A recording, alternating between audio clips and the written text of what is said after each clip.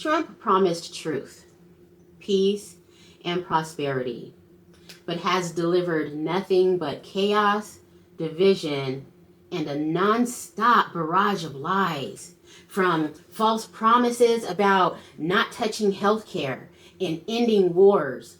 Trump's political playbook was never about honesty or peace. It's always been about lies and manipulation. My name is Shanda, and welcome to In the Deep End.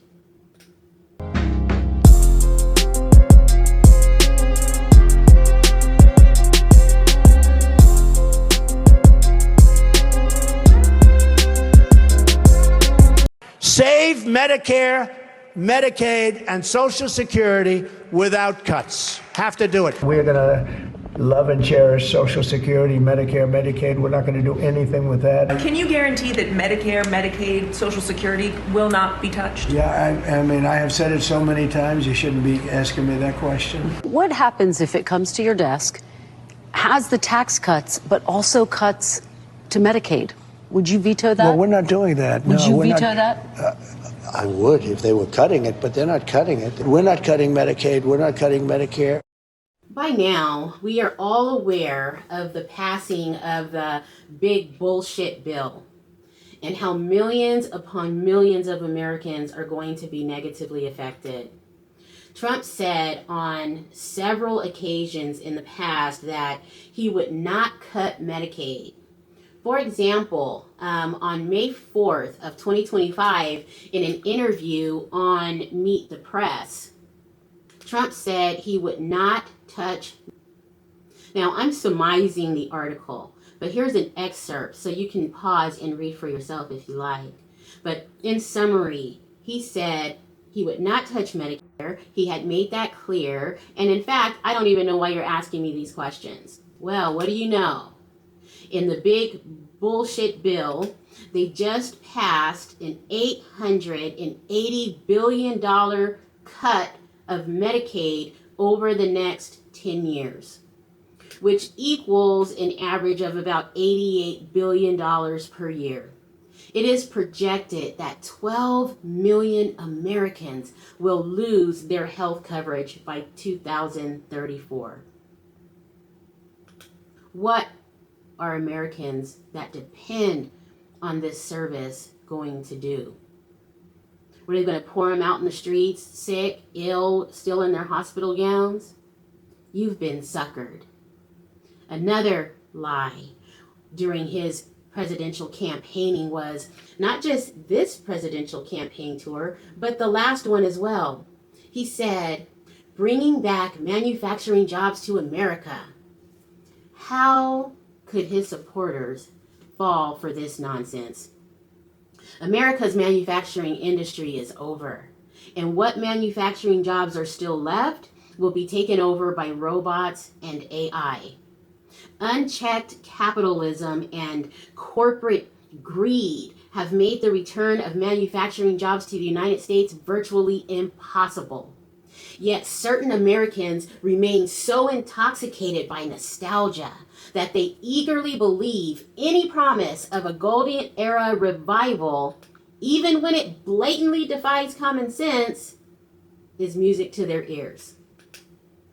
I mean, think about it practically and from a business's perspective. In order to survive, a business must manufacture low and sell high. To maximize the profit margin, right? And bringing manufacturing jobs back to the U.S. goes against the fundamental principles of business. If these jobs came back to the United States, the companies would be compelled to pay the American worker a livable wage, not to mention unions. And the pricing of the products would be at least 500% more than they are now, if not more.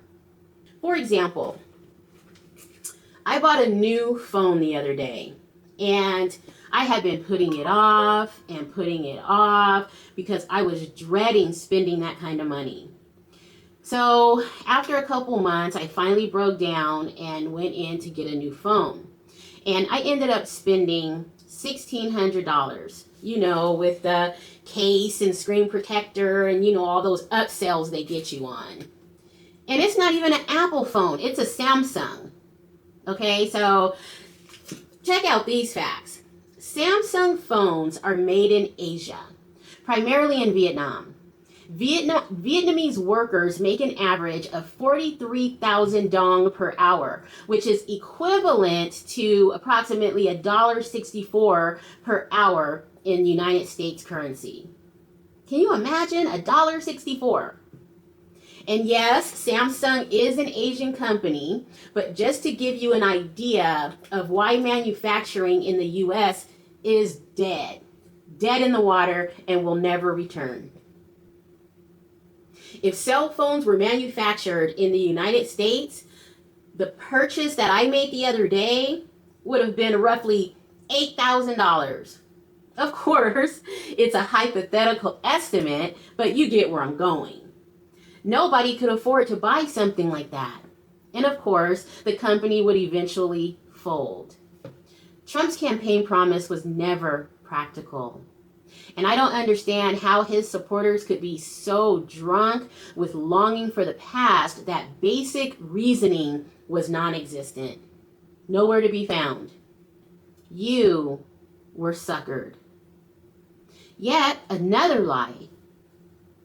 Trump said he would only deport the bad hombres. He said, we're going to get the bad ones out, the criminals. We're going to take care of it. Don't worry. And his Hispanic supporters believed it because they didn't realize that their brown skin, foreign dialects, and different culture makes them criminal. In certain American minds, that is. And the very Hispanic people who voted for him are now watching family members, friends, neighbors, and co-workers running down the street and being tackled to the ground, detained and or deported. Not because they were criminals, but because they were visible.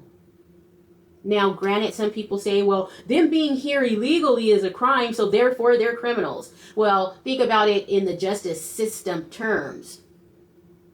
Due process. According to the CBS News article dated June 24th of 2025, 47 to 55% of the detainees have no criminal record at all. Not anything that's actually recorded. You can't go after a criminal if you don't see any crimes on their record. So that's what that means. Not meaning that them being here illegally is not a crime. It's not recorded. So if you're only going after criminals, how are you getting to these people who have no record of committing a crime? I'm baffled. I'm just baffled as to why someone would believe anything coming from a person that has proven to be a pathological liar. It is well documented that he has over 30,000 false or misleading statements. You know what? Think about this. If your partner, girlfriend, boyfriend, wife, husband, lied to you 30,000 times, you'd question everything they said. You check receipts, look at phone records, call their friends. You'd never just take their word for it. Or you would be single again because you wouldn't put up with that shit. What happened? Why was basic logic abandoned when it came to this man that's currently in office? You were suckered. And let's not forget the no more wars. The Russian and Ukrainian war will be stopped within 24 hours of me taking office, Trump said. In fact, if I was in office, a war never would have started. He has bashed every former president about funding wars and distant participation. He said if I were president, there would be no wars at all. Now here he is, putting America and its citizens in grave, direct danger. The possibility of sending our children to war is very real with the things he's doing.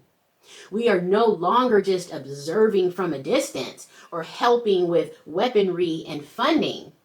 We are now actively participating. He suckered you. Many Arab and Muslim, now this is the kicker. Many Arab and Muslim people voted for Trump, believing he would bring peace to Gaza and peace to the Middle East. They trusted his promises and hoped for stability. To quote one of his Arab supporters directly, he said he wants peace in the Middle East, and I believe him. Surprise! The reality has been far different, with escalating tensions and conflict leaving many feeling duped and conned. He suckered you.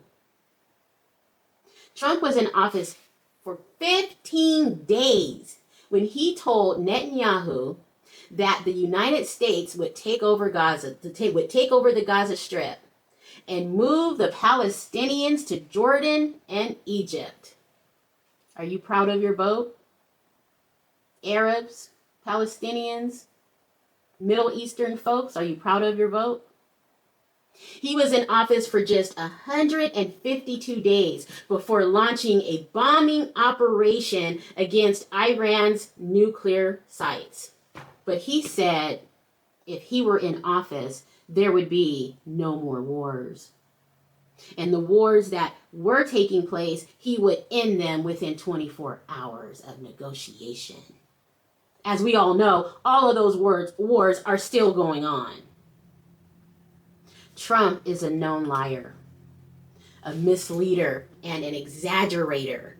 But for some reason, many Americans believe everything he says, even though all evidence to the contrary. Somebody please make this make sense. And I guess the sad truth is, not everyone was fooled. Many fully recognize, and understand who Trump is. They celebrate the lies, the chaos, the cruelty, and the division, and they support it. Why do they support it?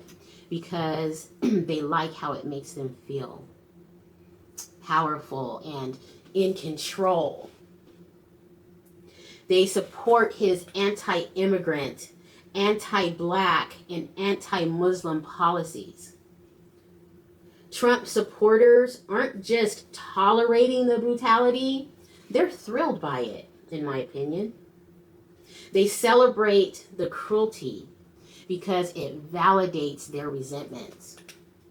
And at the end of the day, behind all the grand promises and flashy slogans, the reality is clear. The big bullshit bill will kill and starve Americans and break every promise Trump made about protecting the American people and America first, he said. From no cuts to Medicaid to hidden work requirements that punish the vulnerable, the bill proves once and for all that Trump's words are nothing more than empty lies wrapped in smoke and mirrors. Thank you guys for watching, and please don't forget to like, comment, share, and subscribe, and I'll see you in the next one. We're cutting $1.7 trillion in this bill, and you're not going to feel any of it. And your Medicaid is left alone. It's left the same. Your Medicare and your Social Security are strengthened. We're not cutting.